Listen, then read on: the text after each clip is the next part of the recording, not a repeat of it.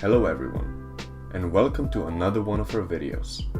Please take a deep breath, relax, and enjoy. What unique problems will Generation Z have to face in the future? They get to deal with the 1984 pro-censorship SJW cabal for the entire life. Boomers like me at least got to enjoy some fun and freedom. Meanwhile, my son will never know a time when comedy could be comedy or that a tweet from a decade ago could ruin your life today. They won't be socially allowed to joke about most of the things happening in the world. Not mentioning navigating life while being startled and offended by every blade of grass they see. There will be no more good movie plots or real idols. Instead, movies, games and books are just made in political favor of the loudest group of self-proclaimed victimhood. We are creating a world where everything sharp is made blunt, every comment is weighed and weighed until it lost its meaning, and every scary thing is removed from the paths of kids.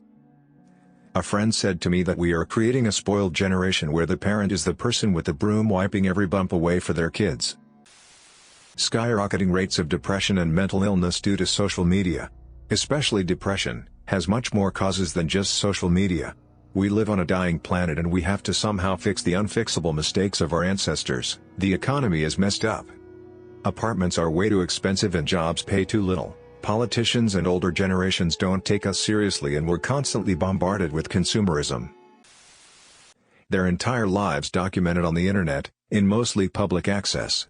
It starts with their parents posting their infancy, toddlerhood, elementary years on Facebook or Instagram. Then they get social media of their own without any true limits, and that continues in high school, college, and the rest of their lives. Only some of it is within their control since friends and family can still post about them. We've already seen the past come back to haunt every kind of public figure, but we're only just now encountering the first generation that has truly always had the internet to document their existence. Will make things like political elections very interesting. The national debt.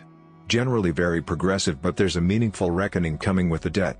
As the debt soars, so does our obligation to pay the interest on it each year. So the first thing off the top of all U.S. revenue, no matter what, has to be the interest. More debt, more interest, bigger hit to our budget. So year by year, there will be less and less money for things we want to do. Forget a Green New Deal or infrastructure in 20 to 30 years, we'll be scrambling to pay the bills we have now with less and less. That will mean higher and higher taxation and spending cuts. It's going to be very challenging. I believe a change in the next generation's political/social beliefs will become a problem, even though Gen Z is very much socially liberal. But the problem lies in where the next generation goes. Will they come full circle and become more conservative, causing head-to-head conflict which we see now with the much more liberal youth and conservative elders? Or will they become more socially acceptable with issues much more taboo or downright degenerate? What if the next generation feels as though all of their problems stem from Gen Z? Much like how we believe boomers ruined it for us? I'm not arguing whether or not boomers actually ruin the economy, but this is what I believe to be one of the problems facing Gen Z in the future. Facial recognition will be available to everyone. No one will be anonymous, everyone will be searchable based on their image. So, I live in Moscow, and this thing kinda happened here. There are tons and tons of CCTV cameras everywhere, and they have facial recognition system running on the footage. It is also linked with a shady project called Find Face, which started off as this guy parsing all the images from VK, Russian Facebook. He could get in training a face recognition on it, then selling the info. Seems that it went global now. I think you can imagine how the Russian government uses this system. And yeah, you can buy access to the system in the dark web, so it is available to basically anyone. Large student loan debt. Stagnant living wages. Student loans and wages are just my biggest gripe right now. I was lucky enough to have my parents pay for most of college and only had 1 to 2 years of debt to pay off. Also, I went to community college for 2 years to offset some cost. But the fact that companies are basically scamming people out of wages and college degrees are literally worth nothing after college is just disheartening.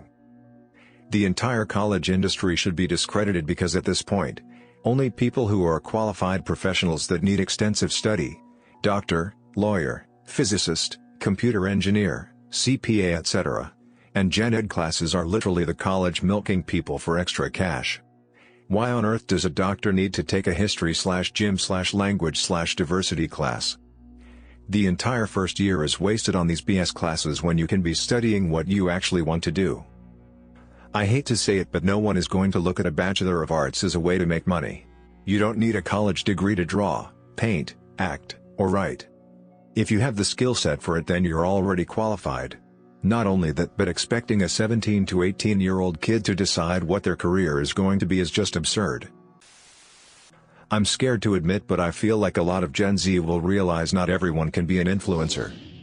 The influencer craze is just the dream of being an actor or musician, disguised as something new. I used to occasionally present at high school job fairs for blue-collar construction jobs that can easily earn you six figures. These job fairs were specifically catered to kids who didn't have the interest or ability to go to college. When I'd tell them they could make $100,000 in just a few years, many of them would laugh and say it wasn't much money. Some would spout off something about how some social media influencer I'd never heard of makes way more money than that, as if they were going to do the same. They would all walk around staring at their phones, taking selfies, and bragging about how many followers they have. It was pretty soul-crushing.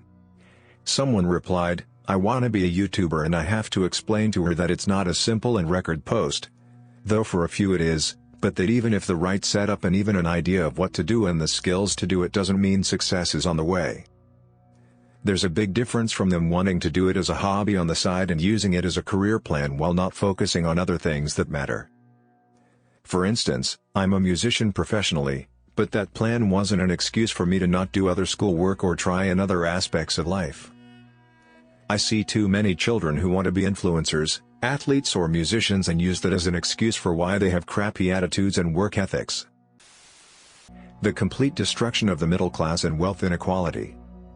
Millennials are already dealing with the beginnings of this, and nothing exemplifies it more than the housing market. To save up and buy a house with the median income in America can take between 10 to 50 years depending on where you live. Some places like LA are even worse. As a result, home ownership rates for millennials are significantly down compared to expected comparisons to previous generations. Gen Z will be a generation of renters who can never afford to break into home ownership and the equity/wealth it brings. Investors buying single-family homes is an issue that needs to be addressed to avoid this scenario. Expensive housing.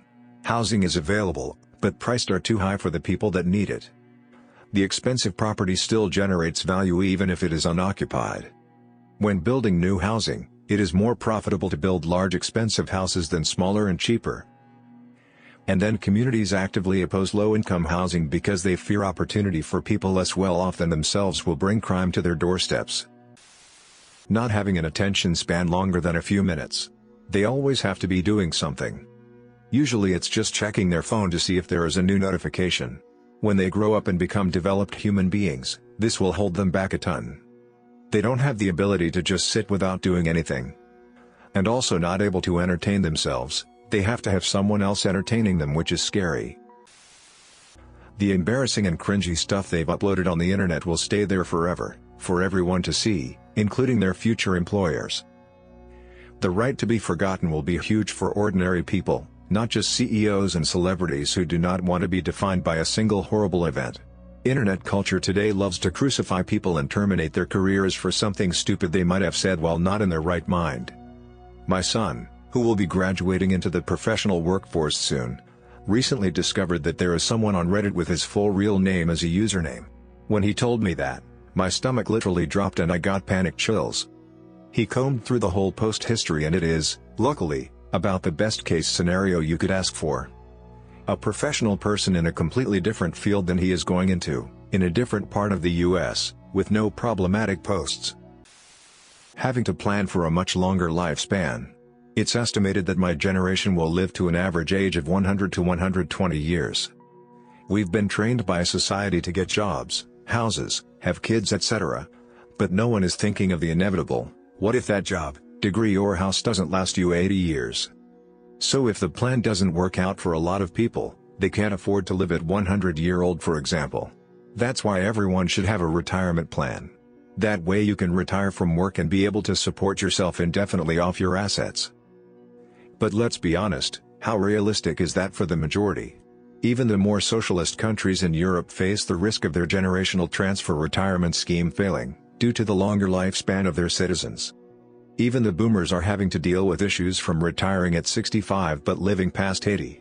What happens when you're over 80, need money, and aren't able to do anything that somebody wants to pay you for? A small segment of Gen Z got hit with an incredibly hard and short-duration recession that is going to really screw up the long-term career prospects of a relatively small group. Ages 22 to 24 right now, but leave most somewhat unscathed, those still in high school and college. In most recessions, the depth is not as severe, but the duration is longer. In comparison, most millennials got hit with the 2008 recession but in a more even way. I have no idea what the pandemic recession does to the older Gen Z cohort. But historical patterns would suggest that they will have much lower lifetime earnings than the people who are a few years younger than them. That is going to cause some weirdness for both groups. The consequences of the child-free and dog-lover movements and the dehumanization and lack of empathy toward children. The overpopulation myth, within the next 50 years will devastate the global economy. You thought the pandemic was bad? Imagine when major countries like Japan and the USA suffer a giant population drop and it wrecks their economy from not having enough workers. Lack of control of our own images. Everyone is online now, uploading photos of their faces from all angles. It won't be long till we all absent-mindedly consent on giving total creative control of our image to some website to reproduce, alter, monetize our images to them and all their subsidiaries liking. A lot of people's replies center around technologies similar to deepfake, which certainly is an issue, but my concern in this comment is the right to control your image.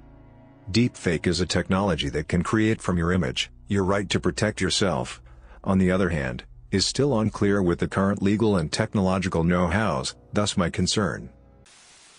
Congratulations, you've made it to the end.